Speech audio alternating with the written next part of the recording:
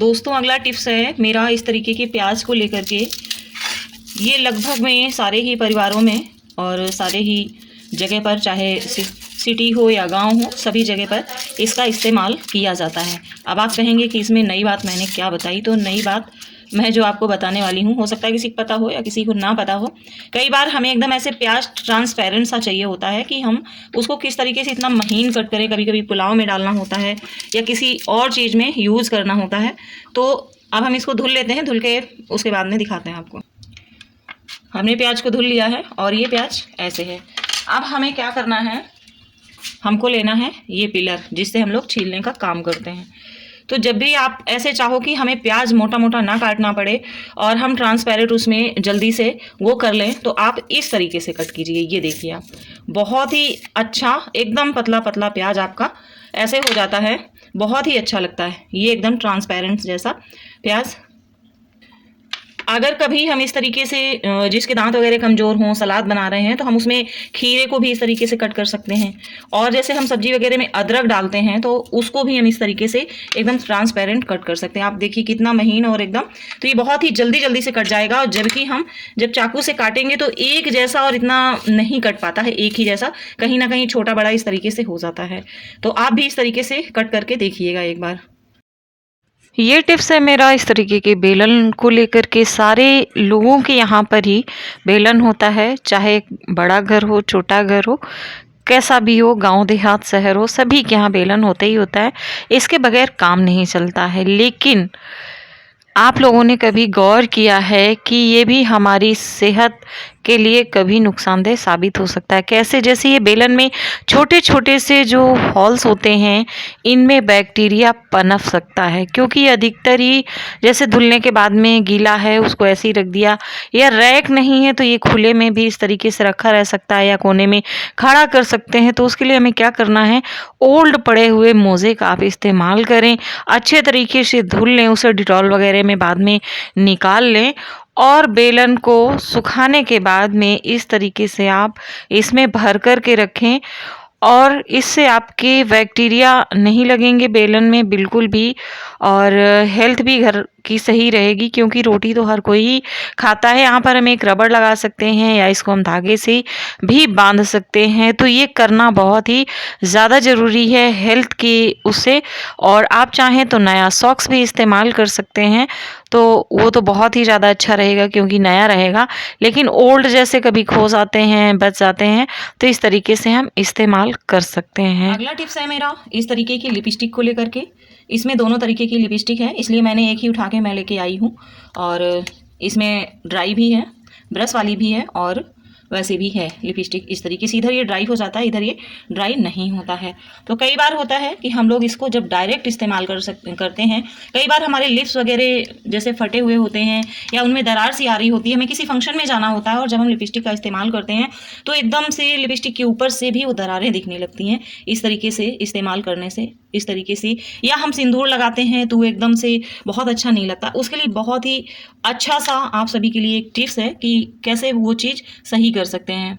सबसे पहले आप कोई भी फाउंडेशन लीजिए जो घर में हो। अगर फाउंडेशन नहीं है तो आप इस तरीके से बीबी क्रीम का भी इस्तेमाल कर सकते हैं, क्योंकि आपको पता है कि ये फाउंडेशन फॉर्म ही है इसका। तो हमें पहले इस तरीके से अपने लिप्स पर लगा लेना है, या हमें सिंदूर अप्लाई करना है तो भी हमें इस तरीके से लगा लेना है। अब आप ये देखेंगे कि जब भी आप इस तरीके से लिपस्टिक का इस्तेमाल करेंगे, थोड़ा सा रुकेंगे कि ये अच्छे तरीके से ड्राई हो जाए, उसके बाद ही हमें अप्लाई करना है।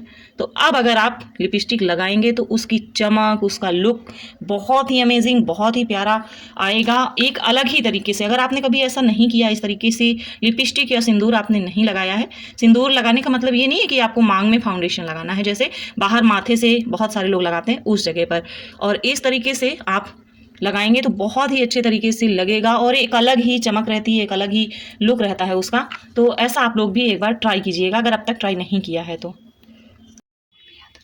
दोस्तों अगला टिप्स है मेरा लिपस्टिक को लेकर के। बहुत सारे लोग ड्राई लिपस्टिक का इस्तेमाल नहीं करते हैं, ब्रश वाली लिपस्टिक का, और बहुत सारे लोगों के लिप्स पे लिपस्टिक इस तरीके से नुकसान भी करती है, क्योंकि बहुत सारे लोगों को हटाने का तरीका भी नहीं पता होता है, और जब उसको रब करते हैं तो उनके लिप्स पे स्वेलिंग वगैरह आ जाती है। लेकिन अभी मैं बात करने वाली हूँ इस तरीके की लिपस्टिक के लिए मैं बात करने वाली हूँ। अगर हम इसको इस तरीके से डायरेक्ट अप्लाई करते हैं इस तरीके से लिप्स पर, और किसी फंक्शन वगैरह में जाना होता है, हम लोग बातचीत करते हैं या खाना वगैरह खाते हैं, तो ये बहुत ही आसानी के साथ में ये इस तरीके से ये हटने लगती है। आप देख रहे हैं, क्योंकि ये हमने डायरेक्ट लगाई है। लेकिन अगर इसी को हम थोड़ा सा अच्छे तरीके से लगाएं तो ये हमारी लिपस्टिक बिल्कुल नहीं हटेगी। नॉर्मल वाली लिपस्टिक जिसे हटाने में भी आसानी रहे और ज़्यादा देर तक ये काम करे, तो उसके लिए हमें क्या करना है, उसके लिए अगर अभी मैंने आपको एक टिप्स में बताया कि मैं किसी फाउंडेशन का अगर थोड़ा सा पहले इस्तेमाल कर लूँ इस तरीके से, उसके बाद में लिपस्टिक अप्लाई करूँ, तो लिपस्टिक का शेड भी अच्छा लगेगा और लॉन्ग लास्टिंग भी चलेगी। अब इन दोनों का आप ये देख लीजिए। दूसरी बात है, अभी भी मैं इसे हटाऊंगी क्योंकि जस्ट हटा रही हूँ, तो अभी भी ये थोड़ी सी हटेगी। ये देखिए आप, अभी भी ये हट रही है, लेकिन अब मैं इसे फिर लगा रही हूँ। अब मुझे क्या करना है, मेन बात अब है कि अब मुझे क्या करना है। हर किसी के यहाँ पे इस तरीके से टेल्कम पाउडर होता है जो हम लोग घर में इस्तेमाल करते हैं, तो बस हमें उसी पाउडर को लिपस्टिक लगाने के बाद में अपने लिप्स पर पाउडर को इस तरीके से लगाना है, और कोई भी टिश्यू आपको इस तरीके से उस पर लगाना है इस तरीके से, या आप कोई अगर टिश्यू नहीं है तो आप किसी अखबार का, कॉपी का भी यूज़ कर सकते हैं। तो ये देखिए, ये अभी इस तरीके से लग रहा है। अब आप इसको झाड़ दीजिए, इस तरीके से आप इसको झाड़ दीजिए। उसके बाद में आप दोबारा से फिर एक कोट लगाइए इसमें इस तरीके से।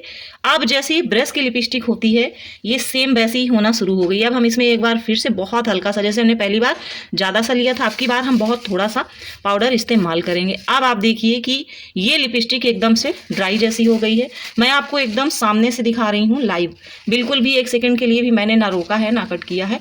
अब आप इसको देखिए, अच्छे तरीके से आप इसको दबाइए। अब आप देखिए कि आपकी लिपस्टिक कितनी निकल रही है। ये देखिए, ये देखिए, बिल्कुल ना के बराबर बहुत ही हल्की सी निकल रही है। तो अगर आप लोग ब्रश वाली नहीं इस्तेमाल करना चाहते हैं तो आप इस तरीके से पाउडर को लगा करके आप इसका इस्तेमाल कर सकते हो। देखिए आप, ये एकदम से ड्राई हो चुकी है, इस तरीके से बगैर ड्राई लिपस्टिक के ये ड्राई हो चुकी है। तो बहुत ही काम के टिप्स हैं, छोटे छोटे से हैं, लेकिन पता ना होने की वजह से हम लोग इनका उपयोग नहीं कर पाते हैं। तो इन सारे टिप्स में से आपको कौन सा टिप्स अच्छा लगा है कमेंट करके बताइएगा। चैनल पर पहली बार विजिट किया है तो चैनल को सब्सक्राइब कीजिएगा, लाइक कीजिएगा, और अगर चाहें तो शेयर भी कर सकते हैं। थैंक यू वेरी मच आप सभी को। ये जो मैंने लिपस्टिक लगाई है जिसके ऊपर से मैंने पाउडर लगाया, अब आप देखिए इसकी शाइनिंग कुछ मिनट के बाद कैसी है इस तरीके से, और अभी ये वाटर प्रूफ भी हो गई है। ये देखिए आप कि इसमें मैं पानी डाल रही हूँ और ये वाटर प्रूफ भी हो गई है, क्योंकि हमने इसमें नीचे बीबी क्रीम या फाउंडेशन का बेस लगाया है, ऊपर से पाउडर है, तो इसलिए ये एकदम ऐसी हो गई है कि आपका पूरा फंक्शन हो जाएगा और ये छूटने वाली नहीं है। तो बहुत ही कमाल का टिप्स है, आप एक बार इसे ट्राई ज़रूर करिएगा।